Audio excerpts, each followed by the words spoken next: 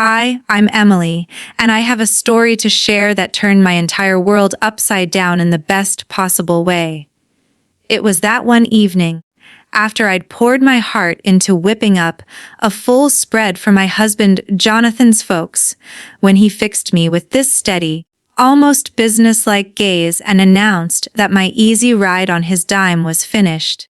He said it right there in the family room we'd furnished partly with the funds I'd brought in from my late grandmother, Grandma Eleanor. His voice had this detached edge, like he was wrapping up a deal rather than flipping our whole relationship on its head. Some hurts don't sting immediately. They creep in quietly, like a fog that thickens until you can't see straight. Ever felt like a ghost in your own space, where nothing you contribute seems to register? It's crushing, and the sneaky part is how it normalizes over time until something snaps. But hold on, before I dive into the absolute outburst from my mother-in-law in our cooking area just a couple days later, drop a note below about where you're tuning in from and hit that subscribe button. Trust me, you'll want to stick around for the tale of what unfolds when someone reaches their limit and starts putting a real value on their efforts. Everything kicked off once his parents, Patricia and Mr. Robert Hayes, headed out. They dropped by every other weekend to see their boy, but really, it meant me logging serious time in prep mode. Scrubbing every surface, chopping veggies, setting out fresh blooms, all to pass Patricia's eagle-eyed review and her subtle digs about my side gig in visual arts. She'd frame it as cute that I had a distraction, like my career was just playtime. That night, talk shifted to how we'd snag this cozy spot on the edge of Chicago. Jonathan sat tall, boasting about his smarts and hustle, skipping right over how my inheritance covered the bulk of the initial buy. As soon as the front door clicked shut, he spun toward me with that smug grin I couldn't stand and laid it out. Honey, from the upcoming bill cycle, we're splitting costs. Your free pass living off me stops here. He delivered it with this assured vibe, figuring I'd crumble or plead. Instead, a cold wave hit me, unveiling a truth I'd ignored for too long. I was the one burning midnight oil on my laptop, crafting branding visuals, tweaking animations, and wrapping up gigs for paying folks. I handled the bills, stocked the pantry, kept the place running smooth, and turned every inch into a home with my flair and my cash. Come weekends, I'd pull out all stops for his family starters, entrees, sweets, only to catch Patricia's nitpicks on the gravy or the roast's doneness. It all flew under the radar, dismissed as wifely basics, not worth a nod. My freelance earnings, spotty as they were, got labeled a pastime, and that windfall from Grandma brushed off as a fluke Jonathan preferred to erase. Right then, it clicked. He viewed me as a perk, not an equal, like I was on his payroll without the pay. I can pinpoint the exact moment that fading feeling first took root. It was our inaugural weekend meal in this place. I'd invested a solid weekend perfecting a baked chicken dish from Grandma Eleanor's old notes. I was buzzing with excitement, ready to impress. Patricia took one forkful and quipped, "A touch overdone. Maybe next time I'll guide you for better results." Jonathan stayed mum, just dipped his chin and munched on, flashing his mom a subtle thumbs up. From then on, those gatherings felt like audits, with me perpetually falling short. My beloved cooking zone, my creative heaven, morphed into a judgment hall where I was forever on trial, silenced. The sleek granite tops I'd selected and funded stared back, mute observers to my overlooked sweat and simmering frustration. So when Jonathan dropped that bombshell that evening, his stance screamed he was braced for drama. Tears, shouts, the usual cycle where he'd emerge as the gracious boss laying down law. He probably had his lines queued up on fiscal smarts and how it benefited us both, reinforcing his spot as the breadwinner, a script his folks had embedded deep. But that night, the version of me he'd counted on The quiet pleaser vanished. A switch flipped inside, not schemed but instinctive, like a buried ember igniting. The excuses, the self-doubt, all hushed. I met his stare, seeing not my love, but a puppet echoing his mother's cues. In that quiet, my path cleared. To his shock, I grinned. Not fake or biting, but genuine, easing tension. I lifted my chin and murmured, "Smart move, love. High time we got transparent with the finances." He gawked, lips parted, blinking like I'd glitched. No clash, no sobs, just poise.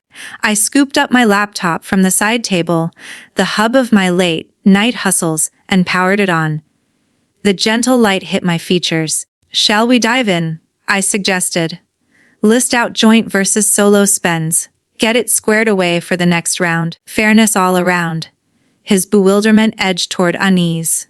He craved spectacle, I served strategy. The balance tipped, unnoticed by him. While Jonathan dozed that night, sleep evaded me.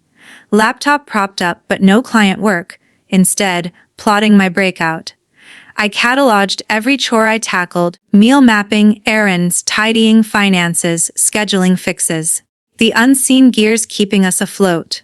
Beside each, I researched Chicago rates for pros. Private cooks, cleaners, admins, coordinators. The sum tallied impressively. That's when my weekend strategy crystallized, a mix of elegance and edge. The clarity he demanded was incoming, but twisted. Saturday dawned altered, the atmosphere thick with unspoken strain. No kitchen symphony, no aromatic herbs wafting, no frenzy for flawlessness. Jonathan descended, anticipating remorse or fuss from me. Instead, I lounged on the deck with coffee steaming and laptop humming. He paused, expectant. I glanced up, beaming serenely. "Morning, dear. Rested well." His look was gold, utter bafflement. Tranquility weaponized, leaving him defenseless. He didn't grasp that the stung woman from before was replaced by a tactician who'd crunched her liberties cost overnight. All day, he poked for sparks, sniping about my leisure time, ignoring my packed schedules and weary evenings. As I honed a layout, he hovered and teased, "Nice, you can doodle away." Those barbs once wounded, sparking guilt. Now, they tallied as surcharges on my inner ledger. I absorbed them neutrally, nodding with a maddening zen. He addressed not his spouse, but a contractor prepping her statement. His conceit stoked my resolve. That afternoon's market run diverged from norm. No prime cuts for his dad, no fancy vintages Patricia favored, no feast fixings. I strolled lanes purposefully, grabbing probiotic yogurt for solo snacking, fresh trout, ripe pears, kale, and my premium brew. Each basket addition affirmed autonomy. At checkout, my card swiped, a thrill surged. First in ages I'd shopped purely for my palate, wellness, whims. Simple yet revolutionary, reclaiming turf in home and head. Unpacking, I paused, surveying the setup. This dream zone with its veined stone bar and pro-grade gear was my triumph. I'd envisioned it, pick-hicked fixtures from pulls to pendants, mostly funded by Grandma Eleanor's bequest. Her words echoed as she handed docs. "This builds your self-reliance, dear, not another's." A pang hit, how I'd squandered it, letting my stake fuel my chains. But it morphed to ironclad vow. I'd honor her by reborn sovereignty here. As dusk painted Chicago's skyline, uncertainty nibbled. Perched outside, I pondered if escalation was overkill. Perhaps dialogue, one more shot at insight. Then a flashback crashed last Thanksgiving, slaving 3 days for his extended clan. Worn but proud, till I overheard Patricia murmur to her kin, "Pity Jonathan slaves away while Emily toys at homemaking. No backup." Jonathan nearby, chuckling, doubt dissolved, no excess. This was equity, prioritizing me at last. Dinner that Saturday was surreal. I had a gourmet wrap delivered solo. Jonathan eyed it, awaiting a share, but none came. He rose wordlessly, slapping together a stale tuna melt from scraps. We dined amid thick quiet, cutlery clinks echoing. He banked on my discomfort cracking first, leading to outburst. But I relished each morsel with fresh composure, savoring self-claim. He'd mandated divides, I enforced verbatim. His control bid had unlocked my wings mid-home. Sunday broke with uncanny calm. Up at dawn, but no marinating rush or baking prep. Instead, tea brewed, deck reading. Urban rays warmed, house hushed. No sizzling pans or onion sizzle, just avian tunes and leaf rustles. A weekend morn reclaimed as respite, not labor grind. Serenity rooted deep, born of impending reclaim. Jonathan emerged near 10, scanning the barren counters, brow furrowing. "You're not prepping." Mom and Dad arrive at noon, he whined, boyish panic edging. I peered over my rid, casual as chit-chat. "Nope, hon, those spreads fell under my home ops. With splits now, it's paid gig. Want to book me? Let's rate talk." His face cycled puzzle to doubt to seething. Gears ground, seeking leverage. But I'd exited his playbook. Soon, his cell buzzed. "Patricia," naturally. From afar his strained whispers, "Fine, Mom." "Yep, lighter fare today." Twist. Fake cheer masked alarm. The controller, family pillar, snared in his snare. He ended, glaring fury. "Sort this, Emily," he commanded, desperation tinging. I shook no. "Your rules." "Jonathan." Poised, I fired up my laptop. "The sketch pad," he mocked, crafting a sleek file like client pitches. Header bill for meal and home services. Itemized planning, sourcing premium goods, 6-hour cook at city chef pay, serving wash up. Total crisp justified.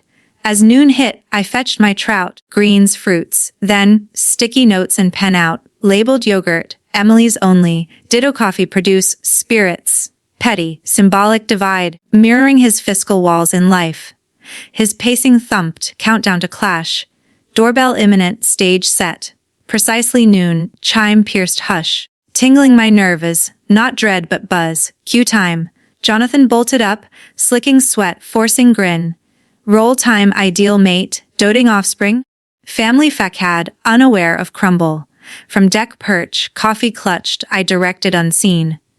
Door swung, his pitch rose fake, bright. "Mom, Dad, great to see you." "Step in." Patricia and Mr. Robert Hayes entered proprietarily. Patricia in crisp silk ensemble, likely pricier than my recent payout. She hunted for me, chin high on absence. Odd, no aroma today. Typically, the herb chicken greets from the stoop. Mr. Hayes quiet, but eyes noted lull. Missing prep hum. Seed sound, I unmoved. Jonathan glistening diverted. Plan to change up? Lounge. Drink. Wine. Scotch. His host act flopped. Serving was my domain. Patricia bypassed, dumping luxury tote on my funded couch. Target locked. First, kitchen check if Emily needs aid. Probably swamped with her surprise. Sarcasm laced. To her, I bungled sans oversight, ripe for critique. She marched hall ward general, like. Jonathan grasped her sleeve.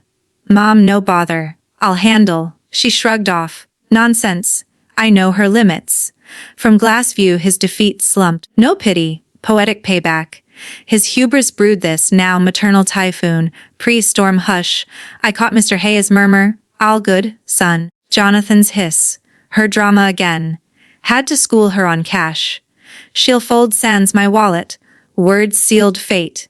Not spat, but core view leech. Dependent. Plans hardened from lesson to addict. Patricia breached kitchen. Quiet screamed volumes. Pictured eyes raking pristine granite. Gleaming basin. Dormant range, sealed storage. Showroom sterile, void of life. Expected steam, sizzles got void. Confusion churned. Food hidden. Setup complete. Then the hall. Not Yelp. Primal bellow, wall shaking rage. Queens denied levy. Footfalls rushed, they converged on Patricia mid-floor, flushed, digit jabbing fridge. Fury incredulity mixed. Like betrayal over barrenness. Jonathan's confusion spiked to terror, locking on me at patio threshold, composed. Laptop gripped, screen aglow. Air electric. Mr. Hayes shuttled gazes piecing. Patricia zeroed me, blaze promising battle. Pre-Jonathan excuse or Mr. Hayes mediation, she inhaled, lashing. Explain this farce, Emily. Venom dripped. Joke. Where's the meal you're obligated for? Obligated, key-eyed, servant, not kin. No concern. Just entitlement. Silent, I advanced. Weight pressed. Hoisted laptop, screen facing elegant header. Bill weekend meal provision. Mr. Hayes puzzled, Patricia baffled, Jonathan horrified. He grasped instantly. His clarity served plated. I elevated device, glow bathing stunned visages. Hush throbbed. Mr. Hayes blinked reality in. Patricia gaped fish. Like Jonathan waxen, terror raw, empire crumbling. Patricia cracked hush with brittle chuckle. Silly prank, Emily. Drop it, what's cooking, stashed for reveal. Advanced arm, pat ready, patronizing. I sidestepped, smile faded, eyes locked. No prank, Patricia. Business offer, voice boardroom firm alien here, per Jonathan's Friday split events bill extra, 375 covers plan top shelf buys, 6-hour pro cook rate Chicago, style serve clear. Oh, Jonathan lunged, grabbing for device. Stop, Handit growled, shaming us before them. Predicted, I retreated, steady. Met glare fearless. Old shrinking self gone Zin unnerved him. Absurd? I countered cool. Absurd's you declaring my free ride ends. On floors I funded, in setup I equipped, home 80% down from grandma's gift. Blows landed. Mr. Hayes retreated, eyeing son odd. Myth shattered, provider son arty dependent wife. Inheritance taboo breached. Known unspoken. Patricia hatred blazed. Threat now, not nuisance. Ungrateful wretch, hissed. Wa gifted status, belonging. Old guilt arsenal bounced off truth shield. Pivoted deliberate, fridge ward, opened, light spotlit labeled trove. Potent emblem, pulled fancy seltzer, he dubbed extravagance. Popped, fizz defiant. Sipped, eyes pinned. Wordless message, my domain, my rules. Silence snapped him. Face contorted, control lost to scene, kin me. Last resort ultimatum. Ends here, quivered. Kill that screen, sorry to folks, cook, or pack, leave my home. My rang empty. I faced, bottle chill matching will. Sure smile bloomed. Silence stretched, then shattered. Correction, Jonathan. Mostly mine. Docs prove inheritance stake. Bomb dropped, hush detonated. Realization dawned on Hayes's. I owned, not rebelled. Sipped final added. Offer holds I 425 lunch or lease chat. Billable too. Irony light. Words lingered. Shock vacuumed air. Patricia wide-eyed, rage choked, Mr. Hayes calculating, reassessing, Jonathan ghostly drained. Patricia erupted, scheming fraud spat, daring cash talk, deals. Our son's place, surveyed vainly, twisted him. Script clung, queen vs. serf. But power vaporized, facts trumped fantasy, ignored, turned to Mr. Hayes. Authority base, eyes met calm, Mr. Hayes, business mind, grasp worth, debts, yields. Grandma's funds 80% buy-in, Jonathan 20%, some mortgage, my design pay upkeep ops, paused professional, fair major holder as gratis staff. No quick reply. Gazed son, disappointment flash. Wife frustrated mask. Back me fresh appraisal nod like respect. Silence verdict case shut. Destroyed Jonathan, paternal nod to me, he sagged, airless. Arrogance fled, hollow grief. Hand raked hair averting eyes. Enough, whispered shaky, you triumphed. Ruined day, all no sorry, childish shift. I shook head, sad tinge. Didn't ruin. Mirrored truth. Broken ages. I quit faking blind island ward set laptop, plan birthplace. Screen glowed epitaph. Pocketed phone. Business mode. One pro close. Dialed familiar. Aid. Afternoon, cheery. Confirm 3 under Patricia Hayes. Terrace. Ideal. Thanks. Hung, faced confusion. Table at premier loop spot. My treat. Offset hassle. Skipped service. Not olive. Power play. Luxury theirs for flaunt. Now mine hierarchy flip. Hush deep. Fridge hum audible. Patricia mouthed soundless. Mr. Hayes surprised. Amused glint. Jonathan sunk, disarmed by courtesy. No leave, she stammered, pleading Mr. Hayes. Robert, act. First time he dissented.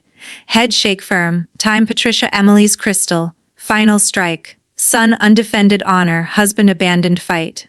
Face aged, crumbled. Grab tote status relic. Brushed past, wordless.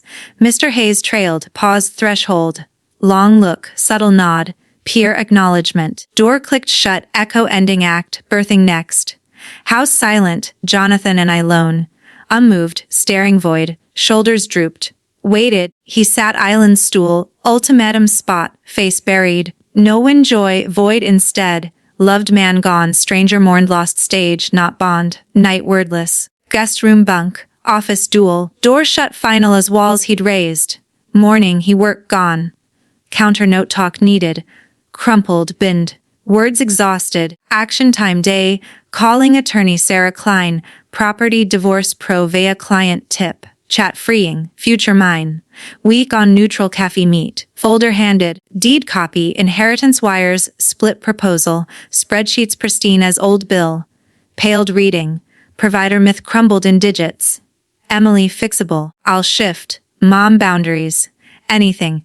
Echoes hollow past relics. Parent eyes frayed predictably. Patricia bombarded calls. Rage to fake sweet. Ignored. Blocked both. Days later, Mr. Hayes' email regret Sunday. Jonathan detailed finances. Hope amicable resolve. Retreat, not remorse. Influence lost. Cut ties. Absence fresh breeze post stale. House fady council options. Buy my share mortgage 80% valued or sell split per inputs. Couldn't afford buy. Salary sustained facade sans my base. Agreed sell reluctant. Signing with agent Ms. Laura Benson. Pen scratch marriage close.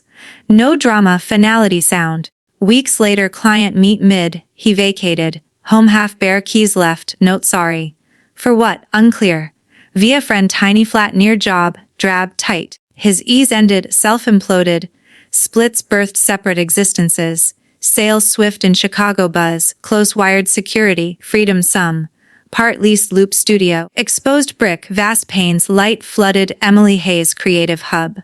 Rest invested per grandma. Self-build. Biz boomed. Sans weekends drained. Approval chases. Ideas soared. Big accounts. Bold ventures. Hobby to empire. Now tablet sessions evoke old granite. Not bitter. Thankful.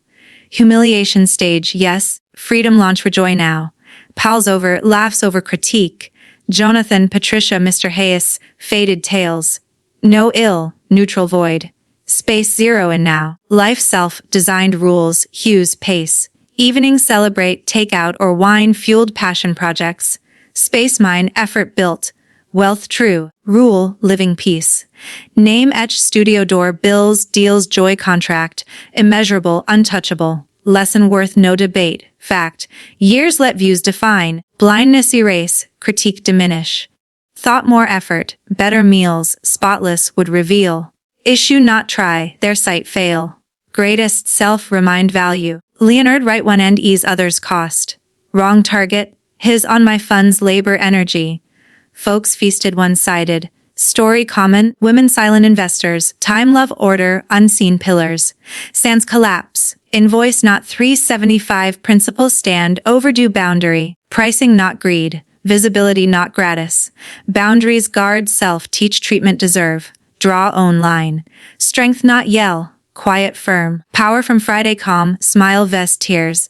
Society pushes women emotional defense. Weep plead. But logic zen system tools free. Laptop toy. Sword. Home finance no shield. No volume raise. Facts presented. Undebatable. If felt unseen, undervalued your input counts. List contributions. Details sans nod. Self account. Invisible capital acknowledge. Respect self first for others. Peace, dignity, energy priceless. Claim sans permit. My tale self-authored, funded. Thousands similar unfold. Kitchens, desks, lounges. Mine house, sold end, freedom bought start. Investment evergreen. Life imperfect, wholly mine. Ownership key. To expand this narrative and make it richer, let's rewind a bit to before that pivotal Friday to paint a fuller picture of how the patterns built up over time. I remember our early days when Jonathan and I first met at a networking event in downtown Chicago. He was charming, ambitious, working his way up in finance, and I was just starting out as a freelance designer, full of ideas and drive. We bonded over shared dreams of building a life together, one where we'd support each other's goals. But looking back, the signs were there even then. His family was always in the background. Patricia calling to check on him, Mr. Hayes offering advice. That sounded more like directives. I thought it was sweet, a close-knit unit. Little did I know it was a web I'd get tangled in. Our wedding was a grand affair, mostly orchestrated by Patricia. She insisted on the venue, the flowers, even the menu, framing it as helping us out since we were young and busy. I went along, wanting to fit in, but I remember feeling overshadowed on my own day. Grandma Eleanor pulled me aside during the reception and whispered, "Remember, dear, marriage is a partnership, not a takeover. Keep your spark." Her words stuck, but I buried them under the excitement of starting fresh. Fast forward to moving into the house. It was my inheritance that made it possible. Grandma had saved scrupulously, wanting me to have a strong start. Jonathan contributed what he could, but it was my chunk that sealed the deal. Yet, from the get-go, he presented it as his achievement to friends and family. "I spotted this gem and made it happen," he'd say at gatherings. I'd smile and nod, not wanting to rock the boat. But inside, it chafed. Let me tell you about one particular incident that highlighted the invisibility early on. It was about 6 months into living there, and I just landed a big client for a branding overhaul. I was thrilled, working late to nail the concepts. Jonathan came home from a long day and saw me at the table, sketches everywhere. Instead of celebrating, he sighed and said, "Must be nice to play around while I handle the real bills." It stung, but I brushed it off, thinking he was just tired. That became a pattern. My work diminished to fun stuff, while his was the serious, provider role. Adding to that, the weekend visit started innocently enough. Patricia and Mr. Hayes lived a short drive away, and Jonathan wanted to keep the tradition of family meals. I loved cooking back then, seeing it as a way to bond. But the first time, after I'd slaved over a homemade lasagna with all the trimmings, Patricia took one bite and said, "Interesting choice. A bit heavy on the cheese? Next time, perhaps lighten it up." "No thank you, just critique." Jonathan laughed it off as "Mom's way," and I swallowed my hurt.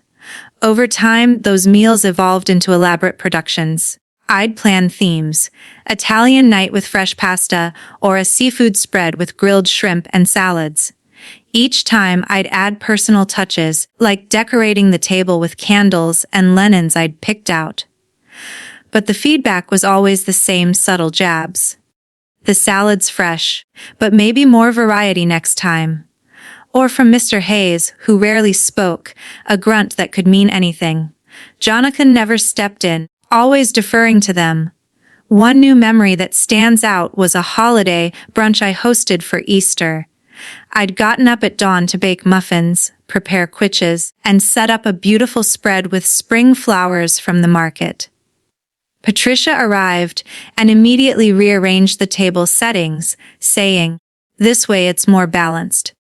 It felt like an invasion, but I bit my tongue. Later, as everyone ate, she turned to Jonathan and said, "You're so good to host us like this, son," as if I wasn't there. That night, alone in bed, I cried quietly, wondering why my efforts vanished. To make matters worse, Jonathan started echoing their views. After a tough week where I'd pulled all-nighters for a deadline, he'd complain about the house not being up to par for their visit. "Mom notices these things," he'd say. It built resentment, layer by layer. I'd confide in friends sometimes, but they'd say, "Families are tricky. Give it time." So I did, pouring more into the role, hoping for change. Now, let's add a scene that happened a month before the big blow-up, to show how the tension was simmering. It was a regular Friday, and I was exhausted from a project wrap-up. Jonathan suggested we order in, but then Patricia called, saying they might pop by unexpectedly. Panic set in. I rushed to tidy and whip up appetizers. When they arrived unannounced, Patricia scanned the place and said, "Oh, were you not expecting us? It shows a bit." Jonathan chuckled and I forced a smile, serving drinks and snacks I'd scrambled to make. Inside, I seethed, but said nothing. That led to small acts of rebellion I kept hidden, like buying a special tea just for me, hiding it in the back of the cabinet so it wouldn't be shared without ask, or taking longer walks alone to clear my head, dreaming of a life where I called the shots. Back to the story's core. After that Friday declaration, as I sat up planning, I recalled Grandma Eleanor's stories. She was a widow who built her own small business after Grandpa passed, sewing custom dresses. Never rely fully on anyone, she'd say. Have your own. Her inheritance was her way of passing that torch. In that moment, listing those services, I felt her guiding me. Saturday had more layers too. While Jonathan sniped, I took a break to call my best friend, Lisa. His pushing this split thing, I vented. She listened and said, turn it back on him, show what you bring. It fueled me. Later, as I shopped, I lingered in the aisles, picking items that reminded me of my independence. Like a fancy cheese I'd enjoyed in college, before marriage dulled my tastes. That evening's silent meal extended. I watched a show on my phone while eating, ignoring his stares. He tried small talk. How was your day? I replied curtly, productive. The power in withholding was new and intoxicating. Sunday morning, as I read on the deck, I journaled for the first time in years, listing gratitudes, my skills, my health, my resolve. It centered me for the confrontation. When Jonathan confronted me about not cooking, I added a new dialogue layer. This isn't like you, he said, trying concern. What's really going on? I replied, what's going on is equity. You wanted separate. Here it is, he paced, muttering, Mom will freak. I smiled inwardly. As I labeled the fridge, he watched, incredulous. This is childish, he snapped. No, I said, it's clear boundaries. That set him off more. The arrival scene had extra tension. Patricia handed Jonathan a small gift, saying, for your hard work, ignoring me completely. It underscored everything. In the kitchen showdown, after showing the invoice, Patricia tried guilting. We treated you like family. I countered, family appreciates, doesn't demand. A line I'd rehearsed mentally. Mr. Hayes' silence was pivotal. But in my mind, I imagined him reflecting on his own marriage, where Patricia called shots. His nod felt like quiet solidarity. The restaurant reservation was impromptu genius. I'd thought of it that morning, scouting options online. When I announced it, Patricia huffed. We don't need your charity? I replied, it's not charity, it's courtesy. Their exit lingered. Patricia shot a last glare. Mr. Hayes nod deeper. Door shut, Jonathan collapsed further. I added a moment. I poured myself tea, sitting across, waiting. He finally said, how did we get here? I answered, one unseen effort at a time. The aftermath expanded with more details. That night in the guest room, I sketched designs, channeling energy creatively. Morning note crumpled, but I saved it later as a reminder. Attorney meet Sarah was sharp, outlining options. You have strong claims, she said. It empowered. Cave handoff. Jonathan pleaded more. Remember our vows, I said. Vows were mutual respect. Yours lapsed. Parent fallout. Patricia's voicemails escalated. One accused me of theft. Absurd. Blocking felt final. House sale showings were awkward, but I staged it beautifully, highlighting my touches. Buyer loved the kitchen. Ironic. New loft first night, I hosted Lisa for wine, toasting fresh starts. Business growth. Landed a campaign for a local brand, leading to referrals. To add depth, let's include a new scene post-move. Months later, I ran into Jonathan at a coffee shop. He looked worn. You seem happy, he said. I nodded. I am. No bitterness, just closure, he admitted. I see now what I missed. Too late, but validating. Another addition, I started a blog sharing design tips, intertwined with empowerment stories, inspired by this. It connected me with women in similar spots, building community. Reflections deepened. I thought about societal pressures on women to nurture without reciprocation. Examples from history. Women like my grandma, forging paths amid expectations. Personal growth, I took cooking classes for fun, reclaiming the joy. Dated casually, but focused on self. Message reinforced value self first. If resonating, share your tales below, subscribe. Let's amplify voices turning tables. And to weave in more emotional layers, recall a childhood memory. Growing up, mom worked 2 jobs after dad left, teaching me resilience. Your worth is inherent, she'd say. It echoed now. Extended resolution. With proceeds, I donated to women's shelters honoring grandma. Felt full circle. Daily now mornings with yoga, evenings creative. No more dread, only possibility. If you've priced your peace, comment.